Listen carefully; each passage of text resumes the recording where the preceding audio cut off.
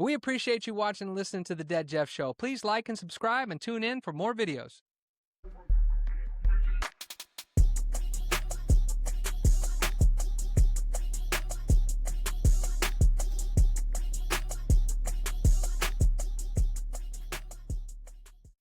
So I just looked. They're giving up 30.8 points per game right now, 31st in the league. So second to last, only team worse is Cincy. If everything you just said being even, being equal to the conversation, if for the rest of the season they continue to give up 30 a game, and next season they give up 28 to 30 a game, I guess my question to you is, what is this trade? Is it possible in your eyes for this trade to be a failure? Yeah, I mean, there's always a possibility, but I think what we can't be is unfair to Jerry Jones. We can't say, we need you to make this team better. He goes out and makes a move to make the team better, and then we criticize the way he did it or how he did it so much, like put it under a microscope. Now, look, there are bad trades in the NFL. And if we're sitting here debating this, I saw a lot of one way or the other on this. There's people that give it an F. There's people that give it an A, a B. People doing a happy dance because they got Quinnen Williams. So it's all over the map.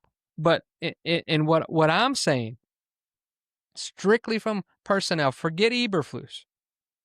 You have upgraded your talent on the defense, and you can't really argue that. Now, what my rationale is, who they would draft with the second round pick next year.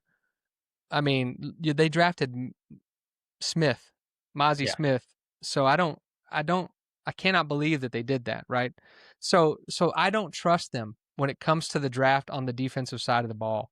And for that reason, I would rather give up that resource because they're not going to change the GM, guys. They're not going to do it. They're just not, guys. They're not. It's not the guy making the decisions not changing. Right. So forget that.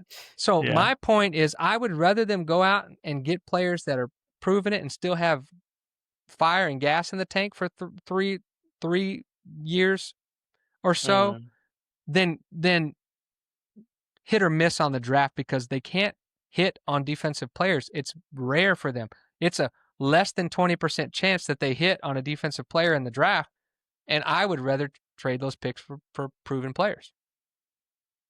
Yeah, and I think you're right. There is no argument to be made that they did not upgrade the talent on the defensive side of the ball. Anyone that is going to say that, and I'm sure we will get it somewhere in the comments, the only immediate thing I can think of that you might have a conversation in is as a defensive tackle his age. In 2022 and 2023, he graded out over 90 in PFF, talking about Quinnen Williams. Last year, he graded in the high 60s, so a significant drop. And then so far this year, he's in the high 70s, grading back to, maybe last year was an outlier. It's a bad Jets team. It's a bad defense. They're playing from behind a lot, so a lot of teams are running the ball and not a lot of chance to get pressure. Just all those things we know to be true. So objectively, the defense, the talent on the defense just got significantly better from what it was. There's no argument there.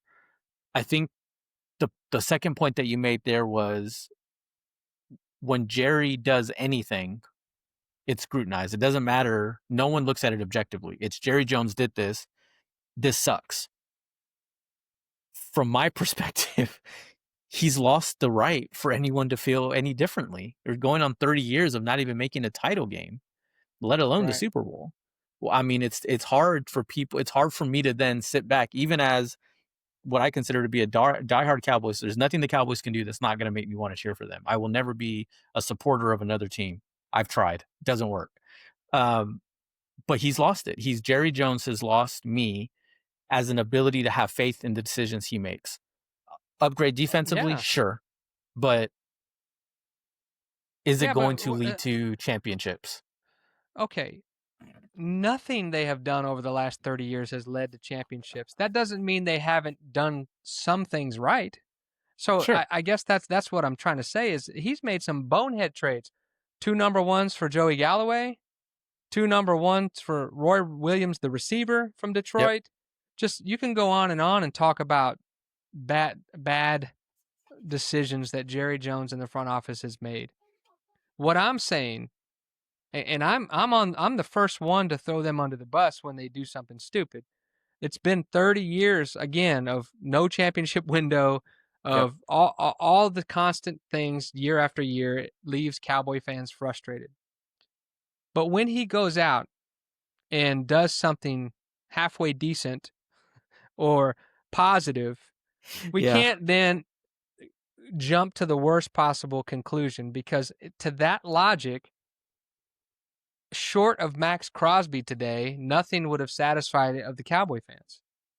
I And think, yeah, that's right. that's what I'm saying is, yes, he doesn't get benefit of the doubt. That's gone a long time ago.